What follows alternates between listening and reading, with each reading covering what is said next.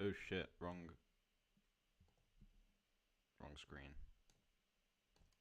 Almost had it. Almost perfect. Almost perfect update. But I fucked it by putting up the wrong screen. But yeah, this is the new format. You're right, guys. Slightly different format. Let me know if anything's too much, too big, too small. I know my face cam might be a little bit smaller now. I'm just looking at the screen now. At the bottom right, next to the chart or the screen, you can see that's where the chat will be. So if you just do some comments, they'll pop up. I think to the left, up top, in between the logo and the view account, there is also a subscriber button. So like when you subscribe, it will say you've subscribed.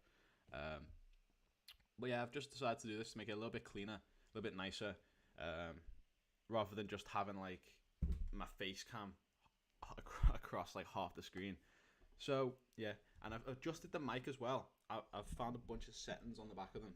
I searched up which one I was supposed to be doing to like, because I'm on my own, and I think when there's multiple people, you change the settings and the gain and stuff like that. So let me know if there's any issues, but I think this is a step forward for the live stream, so let me know. But yeah, hope everyone's doing well. It's CPI in, PPI in 3 minutes, as you can see right here. But yeah, that's pretty much it. We're live just to watch this. I did take a trade on gold, which I'll walk you through in a minute. Oh my days, I completely forgot to... Right, I'm going to do this. I think if PPI is a ball ache, I'm going to do that live and then sort it out. But GBP JPY, we got a nice accumulation here and then a manipulation to the upside. Turn up the mic. Cheers.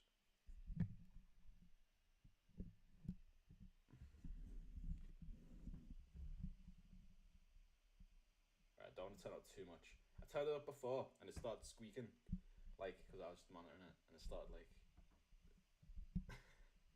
Right, is that better? That should be a bit better. I'll hold the mic closer to my mouth. But yeah, so 4-hour time frame, we're going to start off on that one. We are looking at a distribution. I was hoping that this would be like some form of retracement back into here, into this fair value gap, and then obviously we continue down. That's what the bias is. Then if you go to the 1-hour time frame, you should be able to see this clear AMD pattern right here, which a few premium members were talking about in the course a bit. How's this? If it's too loud, this one, I'll turn it down a little bit and then I'll just sort it out off camera for the next stream. But yeah, so a few premium members identified this accumulation right here, which was spot on. And then we've got a potential manipulation into this fair value gap up here. I would have took an entry if this candle, well, I might have took an entry, not really because of PPI, but if PPI wasn't a thing, or it wasn't out today, I probably would have took an entry if this candle closed a little bit more bearish. It's pretty small. And the next hourly candle, the one after it, which has got 30 minutes left, doesn't really have a bottom wick. So you can expect that to flip. But right now we are looking at the manipulation move on GBP JPY, which means that we can look for sells here. Just like what happened yesterday.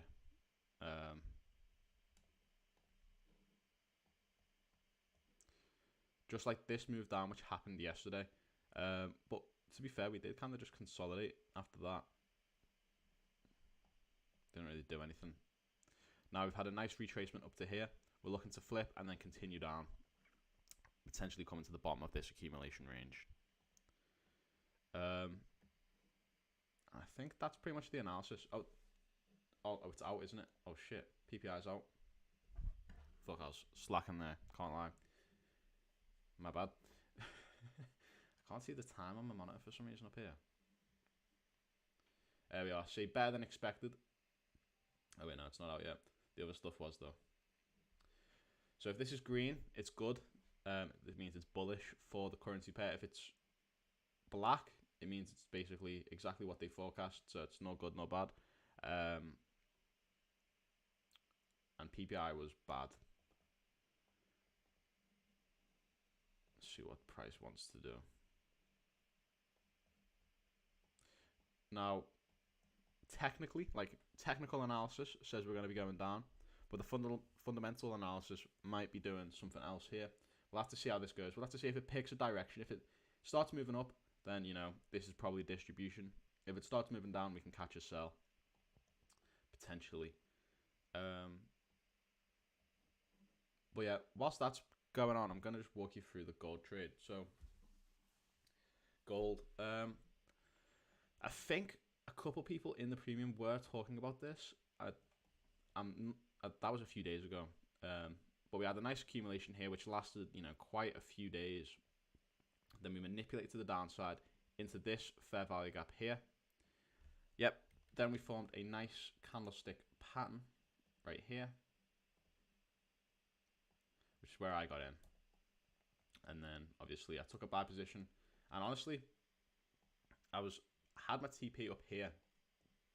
That's where my full TP was, but I woke up this morning and seen that it hit here, and then this candle flipped down. So I was like, okay, I'm just gonna get out, and I secured just under 2%. So I was, you know, pretty happy with that.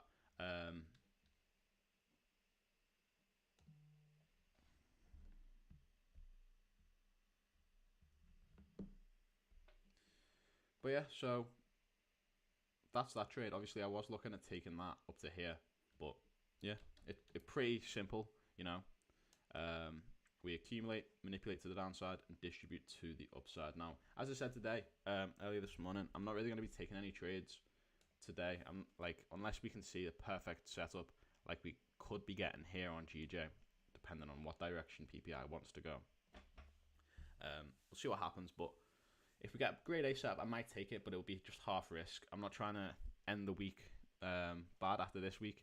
We had one loss on GJ. I took 3 trades, 2 wins, 1 loss. So I'm currently up 2%. So I'm willing to risk 0.5% on, you know, on a trade if the perfect setup occurs. But yeah, so that is pretty much it. Like, it's been a pretty messy week this week. Pretty hard to navigate, but this is where the experience from backtesting comes in. If you've heard about me talking about backtesting, it helps you basically trade in different market sentiments. Like this week, we were pretty much just consolidating. We've just been consolidating. I think if we go to the weekly, we'll see what the candle looks like. Yeah, see, we're slightly bearish. Nothing major though. You can see we've got a massive bearish wick down here, bit of a bullish wick here as well. But this could be the setup for a massive sell position to the downside, because if next week closes engulfing bearish, if we get if this closes like this, right, with a doji candle, and then next week we close bearish engulfing, we could, like, that's a lower time entry criteria, isn't it? That's the lower time. We come into a fair value gap, form a candlestick pattern, and then take the sell. That's a lower time frame entry criteria.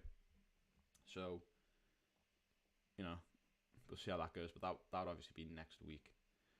But yeah, been floating around the same price we opened at all week. Pretty hard to navigate, but yeah, going to the 1 hour time frame, all we need to do is we've got the 4 hour time frame in confluence with our trade. You know, if we're looking for sells, plus we got the monthly fair value gap. The only thing we haven't really got is the context, so we might have to wait for that. I do think we'll come up and take this liquidity at some point. I'm gonna put it here for now. Don't know why it's gone slanted. And obviously there's this daily liquidity up here, the ERL, but we might take that. I'm not too sure, but you can see we've got a pretty clear accumulation now. We're starting to accumulate quite nicely, which is good for AMD, the external AMD, because obviously we've accumulated, manipulated, distributed, and then had the expansion move. Now we're starting to accumulate again. So if next week we can manipulate up into this fair value gap up here, maybe take out this liquidity up here, and then sometime next week close bearish on the weekly candle, that would be a very nice trade, because you'd have to think ahead of this, right? So if we manipulate up on the daily, we can catch a sell next week, which would have the bearish engulfing candlestick, which would be the entry criteria on the weekly. Does that make sense? So we could align the hey bro, how's it going?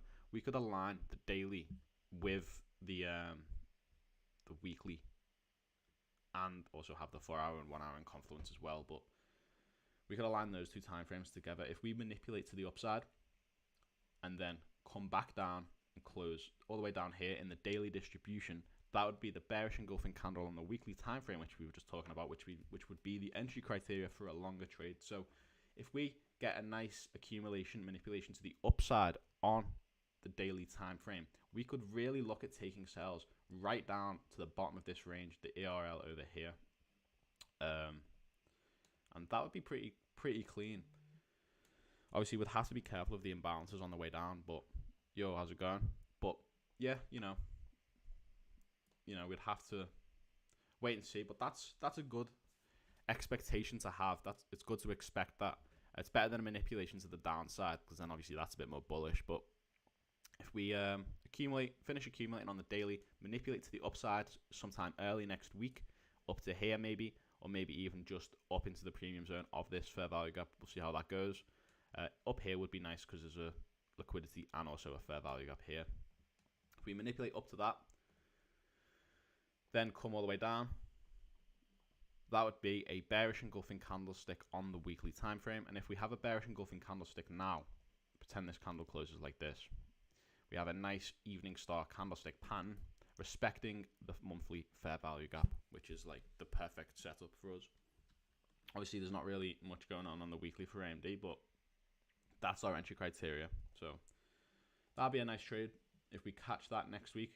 As I said, I've pretty much wrote this week off. I took this gold trade pretty clean, but other than that,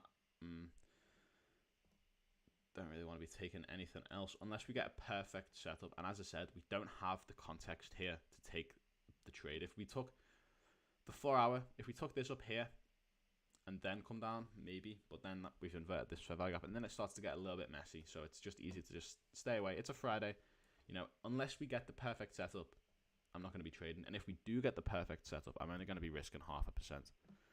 But that's what I'm seeing. I'm expecting a continuation to the downside, to be honest. And that would still be the accumulation on the daily. Then early next week, we can look at manipulating to the upside on the daily time frame, and then obviously catching a distribution move on the daily time frame to the downside, and we can really target, quite confidently target this low over here. But that is it. That is the analysis. There's not really much else to discuss. It has been a really messy week. What I'm going to do is I'm just going to actually clean up the charts ready for next week. And also, whilst everyone's here, or whilst there's a few people here, I just want to say I'm doing a free live lecture. Now, these live lectures are usually paid, but I felt nice and I was like, this lecture, I like teaching this lecture. I don't know why I like teaching it. It's about how Forex works. So it's everything to do with inflation, quantitative easing, what's the policy rate? There's policies, I forgot the name of them, but there's obviously the market makers, institutional traders, retail traders, all that stuff. Everything about how Forex works. That's what you're going to be learning today. That's on YouTube as well. It's scheduled now if you want to go click the bell on it and then come back to this video. But yeah, there's a free live lecture today at 5 p.m. BST, usually paid, but it's free this week, so watch it whilst you can. Yeah, that's pretty much. Yeah, and also like the stream as well. Helps me out loads, if you don't mind. But yeah, on GJ, not much else to discuss. We can get rid of this. I'm going to get rid of this too. I'm going to keep this blue box here.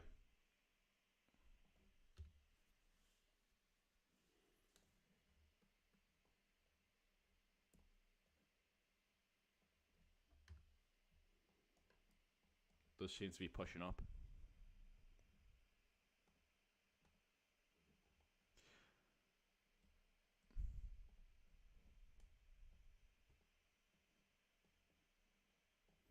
Right,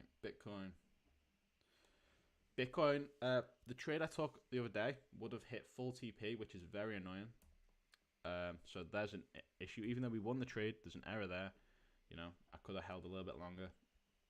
So, yeah. But we've just took external again. Had a nice cycle. This is the manipulation. This is the distribution. We've just took the external. So distribution's just done its job there. Gold, you know, don't really need to say much. GBP Swiss franc. I think yesterday there was a few people looking for sells on the GBP Swiss franc. Now, we did get a buy first, and that's what I was saying that price was going to do, but you could have caught a sell after that. But yeah, I think a few people were looking for sells around about here, which might have played out for them in the end. But we did end up, obviously, going up first. USD JPY, I think what I wanted to see on this, that's not a... Wait, what? Oh, yeah. These aren't trades I took, by the way. These are live. Like, these are there for a video that I did, which will be out soon on my Instagram.